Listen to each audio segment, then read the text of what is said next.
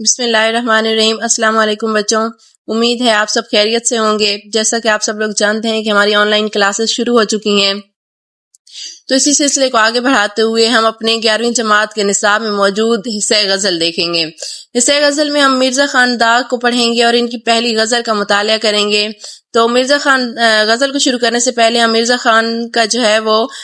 تعارف دیکھیں گے کہ شاعر کا تعارف ہمارے پاس کیا ہے، پھر ہم آگے غزل کی طرف بڑھیں گے۔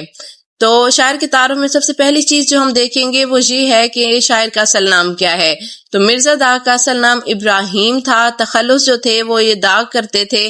اور پیدائش ان کی دیکھی جائے تو 25 مئی 1831 کو دہلی میں پیدا ہوئے۔ ابھی 6 سال ہی کے تھے کہ ان کے والد نواب شمس الدین خان کا انتقال ہو گیا۔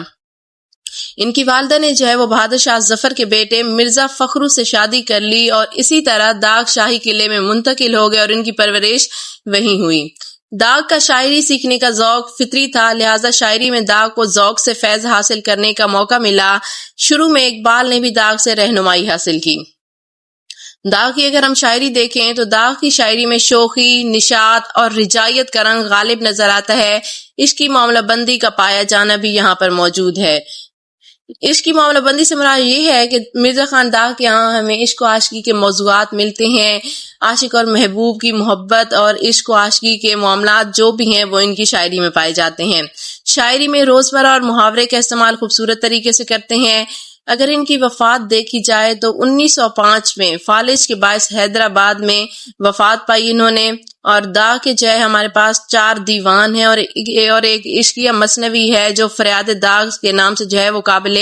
ذکر ہے۔ تو ان چیزوں کو دیکھنے کے بعد ہم جو ہے اب اپنی غزل کی طرف بڑھتے ہیں اور پہلے شعر کو دیکھیں گے کہ اس میں ہمارے پاس کیا بیان کیا گیا اور وہ کس چیز سے ریلیٹڈ ہے۔ تو غزل کو شروع کرنے سے پہلے ہم اس کا پہلا شعر دیکھتے ہیں۔ پھرے راہ سے وہ یہاں آتے آتے، اجل مر رہی تو کہاں آتے آتے۔ تو یہاں پر سب سے پہلے شعر کو دیکھتے ہوئے ہم اس کے مشکل الفاظ کے معنی دیکھیں گے، لغت دیکھیں گے، پھر جو ہے اہم نکات آپ سے شیئر کیے جائیں گے اور تشریح کی جائے گی۔ تو سب سے پہلے آپ دیکھ رہے ہوں گے اسکرین پہ آپ کو نظر آ رہا ہے کہ لغت میں ہم دیکھیں گے پھر راہ سے۔ پھر راہ سے کا مطلب ہے کہ راستہ بدل گئے، راہ کہتے ہیں راستے کو۔ آگے ہم دیکھیں گے کہ یہاں پر وہ کا لفظ استعمال ہوا ہے، تو وہ کے لفظ سے مراد ہے محبوب، ٹھیک ہے، اور اجل کہتے ہیں موت کو۔ تو یہاں پر ایک سنت تکرار استعمال ہوئی ہے ہمارے پاس۔ سنت تکرار ایسی سنت ہے کہ ہمارے پاس ایسے لفظ استعمال ہوتے ہیں سنت میں کہ جن کے معنی تو ایک ہوتے ہیں لیکن وہ بار بار جو ہے ہمارے پاس شعر میں دہرائی جا رہی ہوتی ہے۔ جیسا کہ یہاں پر آپ دیکھ سکتے ہیں کہ آتے آتے ہمارے پاس کیا ہے، سنت تکرار ہے۔ آگے ہم اہم نکات دیکھیں گے جو ہم اس شعر کے حوالے سے جو ہے وہ آپ کو بیان کریں گے۔ سب سے پہلی چیز جو ہم دیکھیں گے کہ وہ محبوب کی بے رخی کا ذکر کیا گیا ہے، اور اس کے بعد دوسرا جو ہے نکتہ ہمارے پاس، دوسرا نکات ہمارے پاس اردو غزل کا روایتی محبوب ہے، ٹھیک ہے۔ اردو غزل کے روایتی محبوب، جیسا کہ آپ سب واقف ہوں گے اس چیز سے کہ ہمارے پاس ہمیشہ اردو غزل کے روایتی محبوب کو جو ہے وہ ظالم، جابر اور بے حس تصور کیا جاتا ہے۔ تیسری چیز ہم دیکھیں گے کہ محبوب آتے آتے راستہ بدل گیا ہے، پھر راہ سے وہ یہاں آتے آتے، کہ عاشق کا محبوب جو ہے، شاعر کا محبوب جو ہے وہ اس سے ملاقات کے لیے آتے آتے اس نے اپنا راستہ بدل لیا ہے۔ اور آگے جو ہے چوتھا پوائنٹ ہم دیکھیں گے کہ ملاقات کا وعدہ، کہ یہاں پر عاشق سے اس کے محبوب نے ملاقات کا وعدہ کیا تھا لیکن اس نے اسے وعدہ جو ہے وفا نہیں کیا اور وعدہ خلافی کی ہے۔ جو چیز ہم پانچویں دیکھیں گے وہ ہے انتظار کی کیفیت، کہ انتظار کی کیفیت ایک بہت ہی جان لیوا کیفیت ہوتی ہے کہ جب آپ کو کسی شخص کا انتظار کرنا پڑے، کسی چیز کا انتظار کرنا پڑے، تو انتظار دنیا کی ایک ایسی چیز ہے جو آپ کو قریب المرگ کر دیتی ہے۔ تو یہی چیزوں کو ہم دیکھتے ہوئے اب ہم تشریح سے شروع کریں گے۔ جیسا کہ آپ شروع کریں گے کہ تشریح طلب شعر ہمارے نصاب میں موجود غزل سے لیا گیا ہے جس کے شاعر مرزا خان داغ ہیں، اور مرزا خان داغ ہمارے پاس ایسے شاعر ہیں کہ جن کی شاعری میں آپ کو شوخی، نشاط اور رجائیت پسندی کے موضوعات ملیں گے، ٹھیک ہے، اور ان کی شاعری میں آپ کو معاملہ بندی، عشق و عاشقی کی باتیں نظر آئیں گی، اور ان کے ہاں جو ہے محاورے کا جو ہے وہ بہت زیادہ خوبصورتی سے استعمال کیا گیا ہے۔ تو تشریح طلب شعر میں شاعر کہتا ہے کہ اس کا محبوب جو ہے وہ اسے ملنے کے لیے آ رہا تھا لیکن آتے آتے اس نے راستہ بدل لیا ہے، اگر محبوب نہیں آیا تو اے موت تو ہی آ گئی ہوتی۔ تو تشریح طلب شعر میں سب سے پہلی چیز ہم دیکھیں گے کہ محبوب کی بے رخی۔ یہاں پر اس نے محبوب کی بے رخی کا ذکر کیا ہے کہ ایک عاشق جو ہوتا ہے وہ اپنے سارے جذبات، احساسات، خیالات، تصورات وہ اپنے محبوب سے ایک ہی ذات سے منسلک کر لیتا ہے، لیکن اس کا محبوب ہمیشہ اسے بے رخی کا رویہ اختیار کرتا ہے اور اس کی محبت کی کوئی قدر نہیں کرتا۔ تو زیر بیت شعر میں شاعر محبوب کی وعدہ خلافی کو موضوع بناتے ہوئے موت کی خواہش کر رہا ہے کہ اس کا محبوب جو ہے وہ راستے سے آتے ہوئے واپس چلا گیا، اس کی محبت کی قدر نہیں کی اور اس نے راستہ بدل لیا ہے۔ ٹھیک ہے، تو یہاں پر دیکھیں گے کہ اردو غزل کا روایتی محبوب، اگر آپ دیکھیں گے تو ہمیشہ عاشق جو ہے وہ خود کو ایک سچا عاشق ثابت کرتا ہے کہ اس کی محبوب کے لیے محبت، اس کے جذبے، ہمیشہ اس کا عشق سچا ہے، لیکن محبوب جو ہے وہ اس کے لیے ایک بہت ہی روایتی محبوب ہے، اور روایتی محبوب ہمارے ہاں یہی تصور کیا جاتا ہے جو ظالم جابر ہو، اپنے جو ہے وہ اس کا عاشق ہے، ٹھیک ہے، اس کے جذبات کی قدر نہ کرتا ہو، اس کے خیالات کی جو ہے وہ قدر نہ کرتا ہو، اس کی محبت کی، اس کے عشق کی، اس کی کسی بھی چیز کی قدر نہ کرتا ہو، ظالم اور جابر تصور کیا جاتا ہے۔ یہاں پر روایتی محبوب کا ذکر کیا گیا ہے تو شاعر کہتا ہے کہ اے میرے محبوب تو نے آتے آتے اپنا راستہ بدل لیا ہے۔ حالانکہ کہتے ہیں کہ اگر ہم اپنی روایتی شاعری میں دیکھیں تو عاشق کو کبھی بھی جو ہے وہ اپنے جذبات کا اظہار کرنے کے لیے محبوب میسر نہیں ہوتا، کیونکہ ایک انسان جب بھی اپنے تمام تصورات، اپنے جذبات، اپنے خیالات، اپنی تمام ہر ایک امیدیں ایک ذات سے وابستہ کر لیتا ہے تو وہ پھر ایک انسان اوبویسلی چاہتا ہے قدرتی طور پر کہ وہ شخص اس کو ملے، ٹھیک ہے، وہ اس سے ملاقات کرے، اس کے روبرو ہو، اپنے دلی جذبات کا اظہار کرے، لیکن کیا ہے کہ ہماری روایتی شاعری میں محبوب کو ایسا کبھی بھی میسر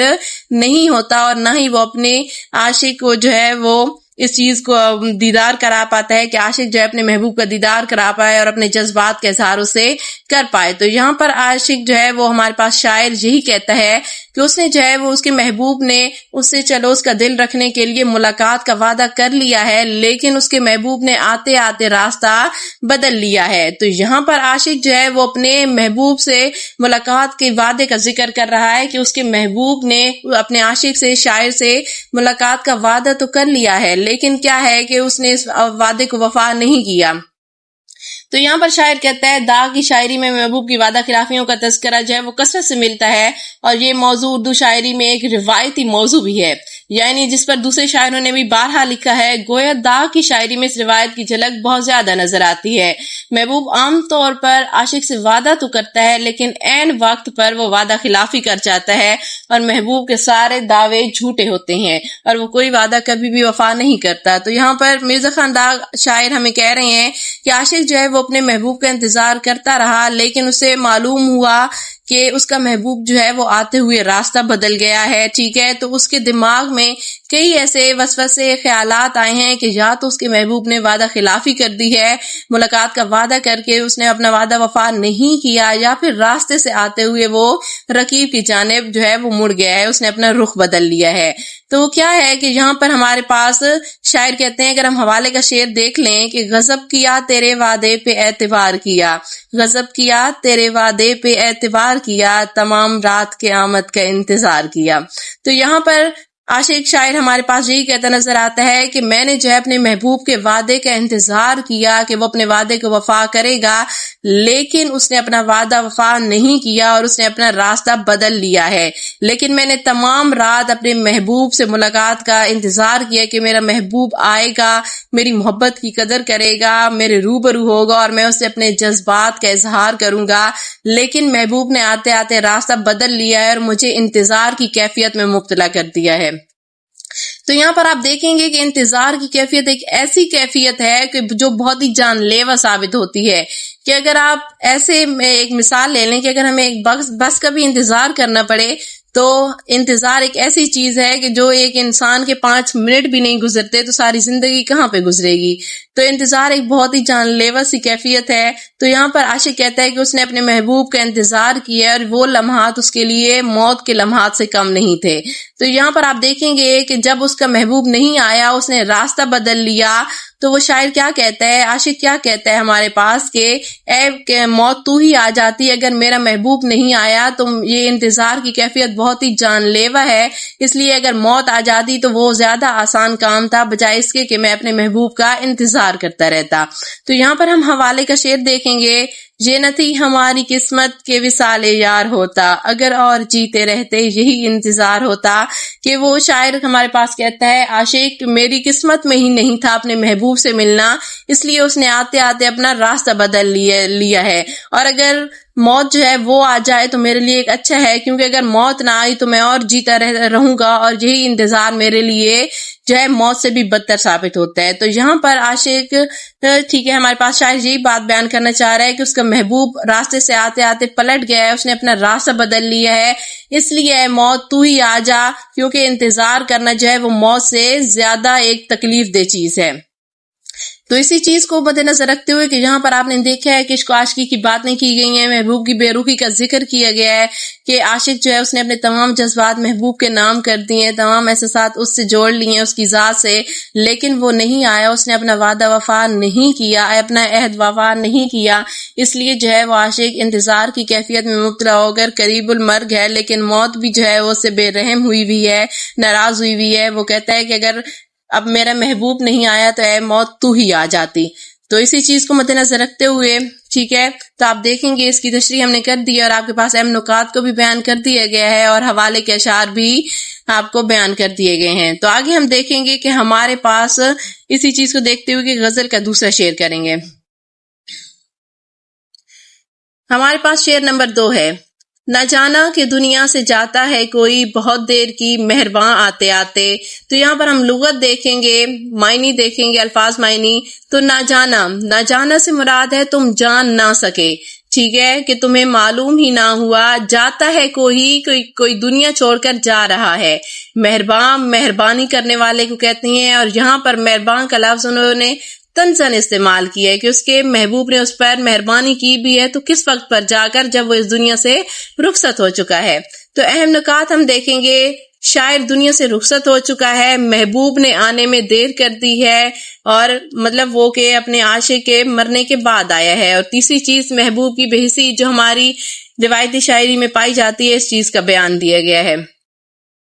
اگر ہم سب سے پہلے اس چیز کو دیکھیں گے، وہ کہتا ہے کہ اے محبوب تو نے آنے میں دیر کر دی ہے اور یہ بھی نہ سوچا کہ کوئی دنیا سے جو ہے وہ رخصت ہو رہا ہے، کہ تو نے ذرا بھی قدر نہیں کی کہ اگر ایک ایسا شخص جو تم سے محبت کرتا ہے تم اس کی زندگی میں اس سے ملاقات ہی کر لو۔ تو یہاں پر ہم لوگ دیکھیں گے کہ اس شعر میں شاعر اپنے محبوب کی بے رخی اور بے وفائی کو موضوع بنا رہا ہے۔ تو تشریح طلب شعر پہلے کی طرح ہم کہیں گے کہ تشریح طلب شعر ہمارے نصاب میں موجود غزل سے لیا گیا ہے، جس کے شاعر مرزا خان داغ ہے، اور مرزا خان داغ کی شاعری میں ہمیں جو ہے وہ شوخی، نشاط اور رجایت پسندی ملتی ہے اور عشق و عاشقی کے معاملات ملتے ہیں۔ تو یہاں پر ہم دیکھیں گے کہ اس شعر میں شاعر محبوب کی بے رخی اور بے وفائی کو موضوع بنا رہا ہے، اور یہ اردو شاعری کا ایک روایتی موضوع ہے جس میں یہ بیان کیا جاتا ہے کہ محبوب کبھی عاشق پر مہربان نہیں ہوتا، وہ ہمیشہ اس سے بے رخی برتتا ہے، اس کی تمام تر مہربانیاں اور کرم فرمائیاں ہمیشہ دوسروں کے لیے ہوتی ہیں، وہ محبوب کو زندگی میں کبھی خوشی میسر آنے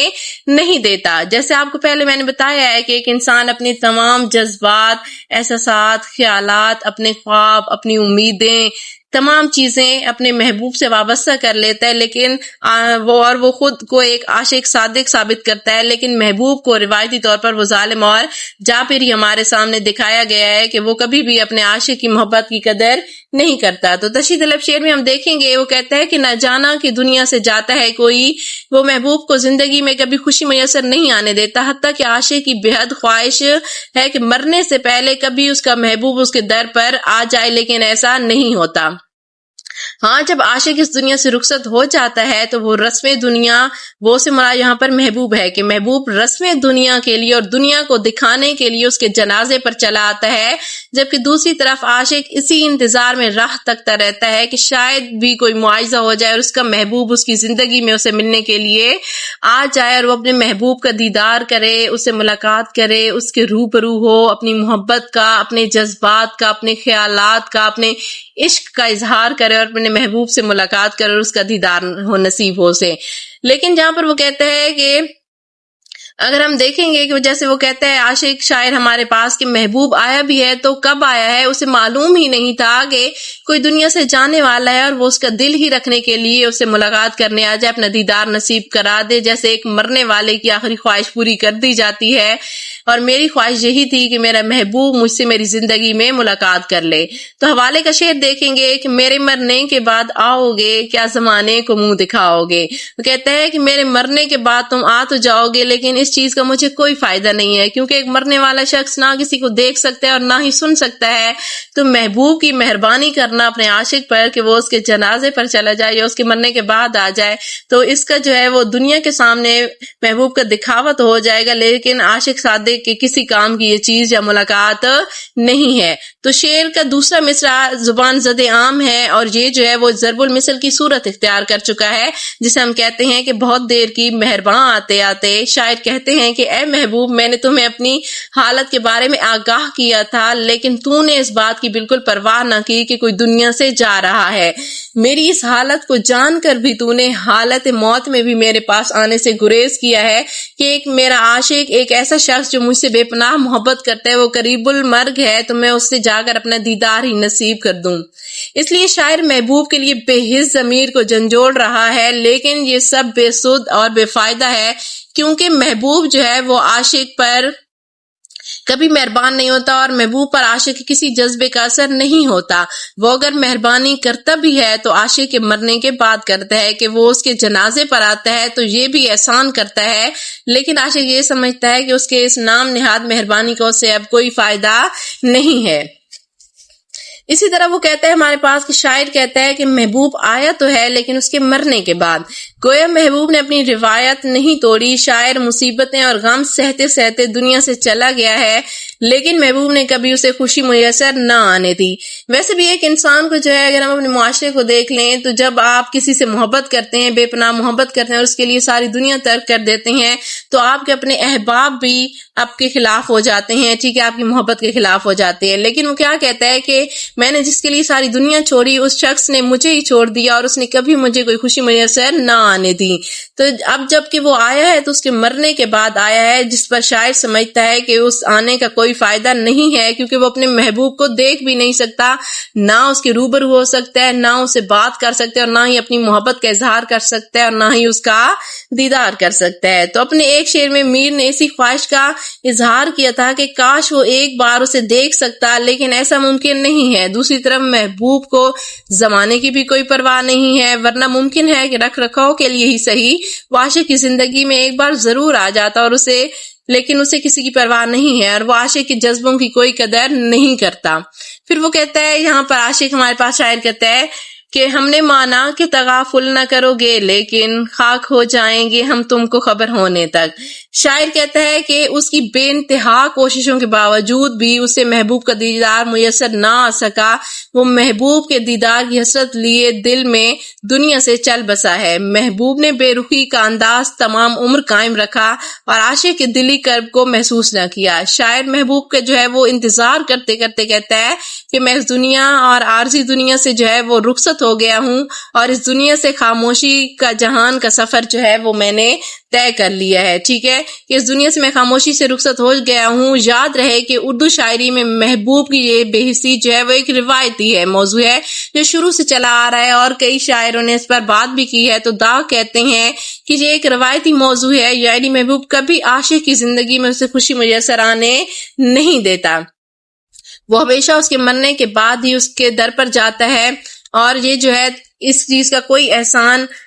شاعر پر نہیں ہے، عاشق پر محبوب کا نہیں ہے، کیونکہ وہ اپنے محبوب کو اپنی زندگی میں دیکھنا چاہتا ہے، اس کا دیدار کرنا چاہتا ہے، اس کے روبرو جانا چاہتا ہے، اپنی محبت، اپنے جذبات، اپنے خیالات، اپنی خوشیوں کا اظہار جو ہے وہ اس کا دیدار کر کے کرنا چاہتا ہے، اسے اپنے سامنے بٹھا کے کرنا چاہتا ہے۔ لیکن شاعر کہتا ہے کہ میرے محبوب کو اس چیز کی کوئی قدر نہیں ہے، اور اس نے نہ جانا کہ کوئی دنیا سے رخصت ہو رہا ہے، اس کی محبت کا غم اپنے دل میں لیے، اس کے دیدار کا غم، حسرت اپنے دل میں لیے، اور اس نے جو ہے وہ بہت دیر کر دی محبوب نے آتے آتے، اور وہ آیا بھی ہے تو عاشق کی لاش پر آیا ہے۔ وہ آئے ہیں پشیمان لاش پر، تجھے زندگی لاؤں کہاں سے۔ تو کہتا ہے میرے اب کام کی کوئی چیز نہیں ہے کہ اگر محبوب میرے در پر آیا بھی ہے تو تب آیا ہے جب میں اسے نہ دیکھ سکتا ہوں نہ سن سکتا ہوں. وہ میری لاش پر آیا ہے، لیکن اب میں زندگی کو کہاں سے لاؤں کہ اس کے روبرو ہوں، اس سے محبت کا اظہار کر دوں. تو شاعر کہتا ہے کہ میرے محبوب نے آنے میں بہت دیر کر دی ہے اور اس نے مہربانی بھی کی ہے تو میرے مرنے کے بعد جو میری اب کسی کام کی نہیں ہے. تو یہاں پر ہمارے تعارف ٹھیک ہے اور غزل کے پہلے 2 اشعار ختم ہو رہے ہیں. تو یہ آپ کا پہلا لیکچر تھا اردو غزل کا. ٹھیک ہے، ہمارا مرزا خاندان کی پہلی غزل کا، اور انشاءاللہ نیکسٹ لیکچر میں جو ہے باقی کے ہم 3 اشعار کی تشریح کریں گے. آپ لوگ اچھے سے پڑھیے گا، جو بھی کوشچن ہو تو آپ لوگ پوچھ سکتے ہیں. بیسٹ آف لک. اللہ حافظ.